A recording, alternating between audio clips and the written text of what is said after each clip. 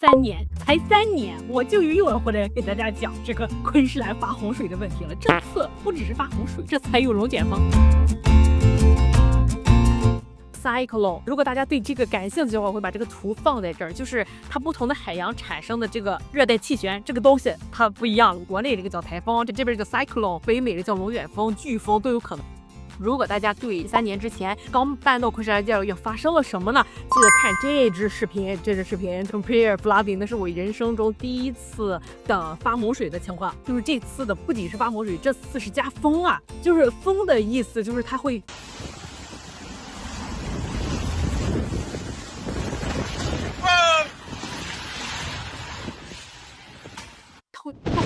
天灵盖的房顶掀飞，然后鸟啊、虫啊、树啊全都倒。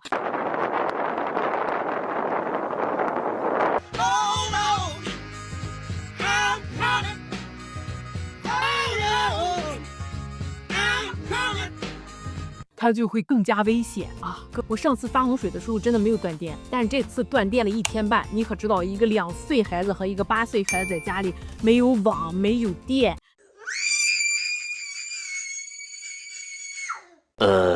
你打不出电话，发不出短信，接不着短信，就澳洲的4G、5G 这些网络，什么 Telstra 这都是些屎，让那个什么 Starlink 占领澳洲吧，快来吧，快来吧！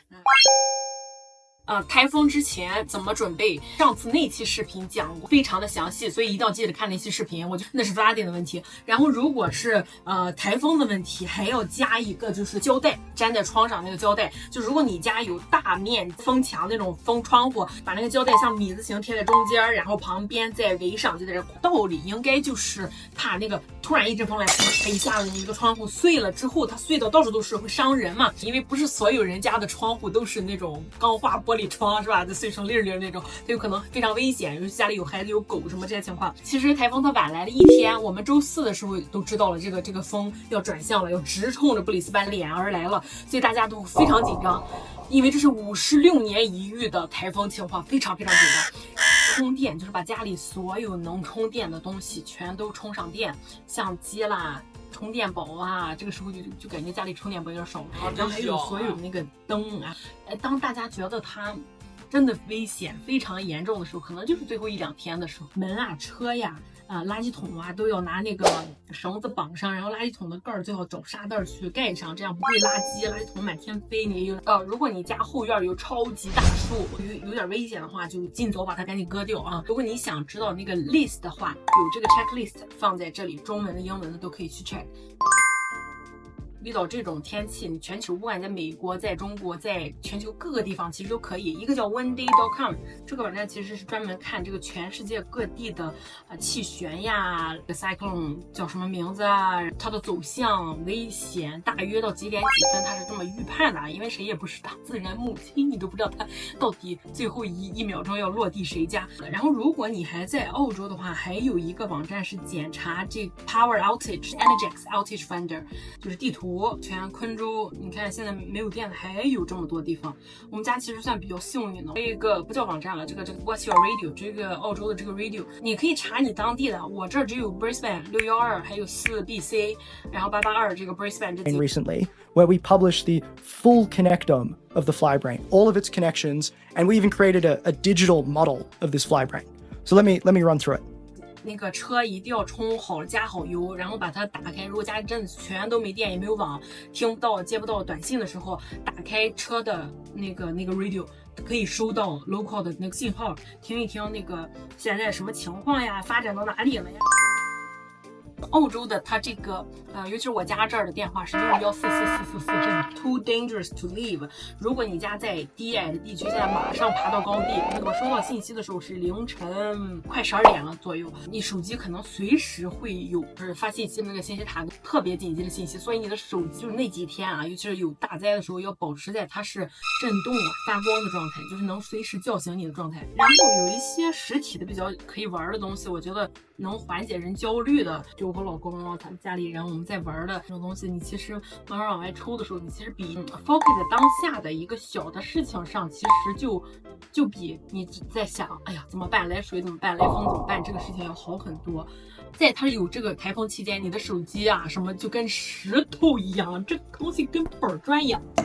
啊。当你的手机打不出电话，收不着短信，意味着你手机里所有的 app 打开它都在转圈圈的。台风大水后的哲理第一条：钱，银行它就跟没有一样，在银行里的钱遇到大灾的时候，它连数字都不是，你连它的数字都看不见，因为那个银行你点开之后，它就搁那转圈，它也出不来。同志们，买金条可能是对的，然后呢，有现金的话，还是大约手里至少有500-600的现金这个样子。那接下来是食物的准备，不需要水和电的情况下还能吃的那个叫应急食品，比如说方便面叫不叫应急，可以当干脆面吃，也可以是应急食品。卷饼应急食品，各种罐头都是应急食品。Long Life 的奶，今天之后呢，我觉得家里至少要备这么一小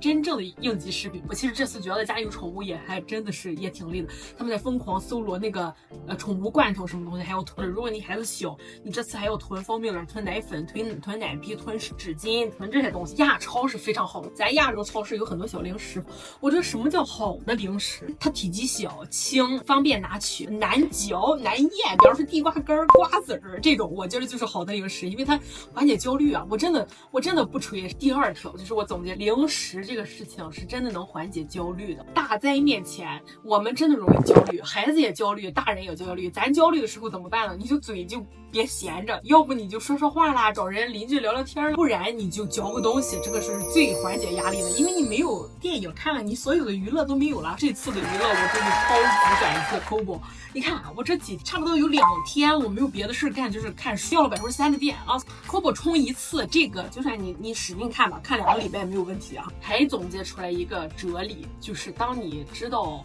快吃不上饭的时候，你就特别想吃饭。这次还好没有停水啊。关于停水的这个 prepare， 我可以放在这儿。我就是把你家浴缸都盛好了水，把你的家的各种盆能盛上水的都盛上水。大水过后，发大水过后，它那个管道就是储水的管道，那个水可能水质不是很干净。其次就是这个 City Council 也会发这个水质不干净之后，如果你家没有足够的这个储水的话，你这个水一定要 boil 喝，一定要去烧开了喝，不能。接下来就是面对台风的时候，你的心态，我觉得澳洲人这心态太好。Oh happy day, Oh happy day, oh happy day。对，澳洲人的心态真的是关于发大水之后在水里游泳的这个事情呢，就是有一个要注意的。如果它是开放流域，就比方跟河连着，这个水一直沿到马路上呀，就是这种你不要进去游泳，因为它里面就是有可能有树枝子啊，有石头啊，有小型鲨鱼，还有可能有鳄鱼，然后你在里面搅和，你看不清，因为全都是泥，这个太不理智了。但是如果像这位大爷这样，就是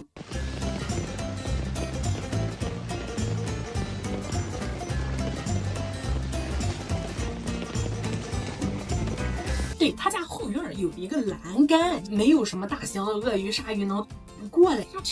非常chill，继续玩。昆州还有就是，如果你在 Gold Coast 啊、Logan 地区和就是大水受影响的地区，可以申请一下，看有没有补助。好像最高每人每户900块钱，我觉得多点少点有钱就行了啊，是吧？就是不管遇到了什么